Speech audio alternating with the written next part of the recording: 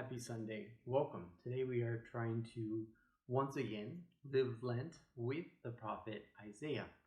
Now we're getting further and further into the book of the prophet Isaiah. If you've kept up with your homework, well, you're starting chapter 24 this week. And I would suggest during this week to read through chapters 24 all the way up to chapter 39. And the question for today, or the theme that I would propose for this week, comes from chapter 33. And the question is, who can live with consuming fire? This is a fascinating passage, and I'm really excited about being able to share it with you. Now, I'm not going to read the whole passage on the video, but I do encourage you to go back and read through it on your own. I'd like to highlight at least part of it. Who of us can live with consuming fire? Who of us can live with everlasting flames? Whoever walks righteously and speaks honestly, who spurns what is gained by oppression, who waves off contact with a bribe, who stops his ears so as not to hear of bloodshed, who closes his eyes so as not to look on evil, that one shall dwell on the heights, with fortresses of rock for stronghold, food and drink in steady supply. And then moving on, for the Lord is our judge, the Lord is our lawgiver, the Lord is our king, he it is who will save us.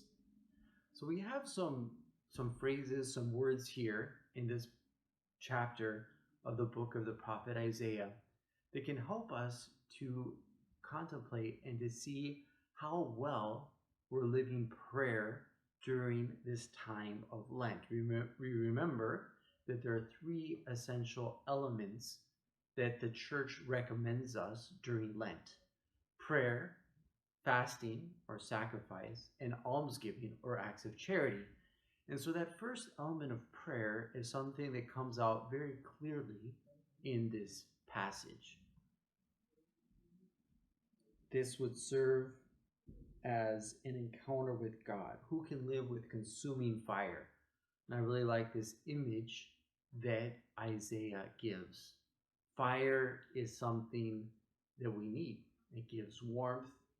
We know that the discovery of fire was something very important for our ancestors. It can scare away wild animals, and it tends to be a point of gathering. We can even think when we're camping out, the campfire is where everybody tends to hang out. But fire is not something tame.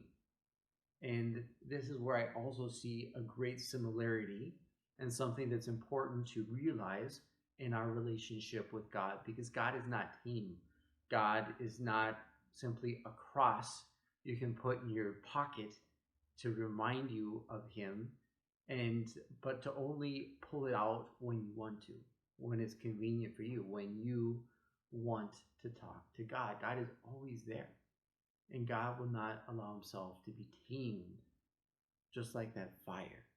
Fire that gives warmth, fire that protects, but fire that is also powerful.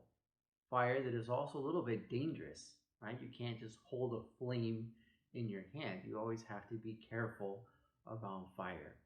Who can live with consuming fire? If we do that, if we imitate the prophets and the great men and women of the Bible and the saints that we have in the church, well, then we do live with that consuming fire. And that fire purifies us. We all have moments of difficulty, of struggle in our own lives. And sometimes we can ask, why, God? Why me? Why is this happening to me? And maybe it's because he's being that fire that will purify us, that will get rid of everything in our hearts that is not ready to receive him.